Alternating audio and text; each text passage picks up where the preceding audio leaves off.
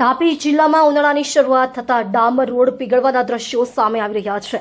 સોનગઢ તાલુકાના છેવાડે ગોલણથી ઔટા સુધી જતા નવા બનેલા રસ્તાના કામમાં વ્યાપક ભ્રષ્ટાચાર થયા હોવાની આશંકા ઊભી થઈ રહી છે અને સવાલ એ પણ ઊભા થઈ રહ્યા છે કે હજી તો માર્ચ મહિનો શરૂ થતા જ રોડ પીગળવા લાગ્યો તો મે મહિનામાં જ્યારે તાપમાનમાં વધારો થશે ત્યારે શું હાલત થશે તે મોટો સવાલ। અત્યારે ટેમ્પરેચર 32 થી 34 ડિગ્રી છે ત્યારે આવી હાલત છે તો જ્યારે ટેમ્પરેચર 44 થી 46 ડિગ્રી થશે ત્યારે શું થશે?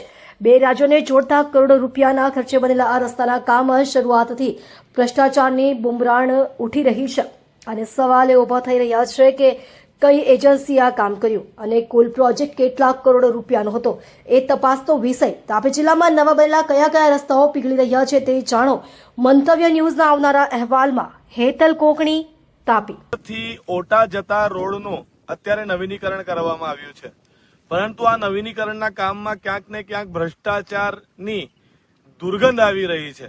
કારણ કે આપ જોઈ શકો છો મારી બાજુમાં, હું કેમેરામેનને કહીશ કે તમને બતાવે કે નવો ને નવો જે રોડ બન્યો છે એ આખો ભીનો રોડ દેખાવા લાગી ગયો છે।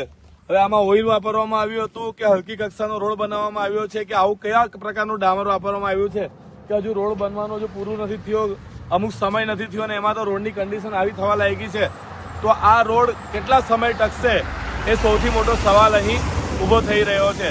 ત્યારે તંત્ર દ્વારા ખરેખર આ રોડની તપાસ કરવામાં આવે અને કઈ એજન્સીએ કામ કર્યું છે, કેટલા રૂપિયાનો આ રોડ હતો અને એની આવરદા કેટલી રહેશે એને લઈને સવાલો ઊભા થઈ રહ્યા છે। ત્યારે ઉચ્ચ તપાસ એજન્સીઓ દ્વારા એની તપાસ થાય અને આ રોડના કામમાં થઈ રહેલો જે ભ્રષ્ટાચાર છે, ગેરરીતિ છે એને બહાર લાવવામાં આવે અને પબ્લિકના પૈસા બચાવવામાં આવે એ ખૂબ જ જરૂરી બન્યું છે। હું બિંદેશ્વરી શાહ, તાપી।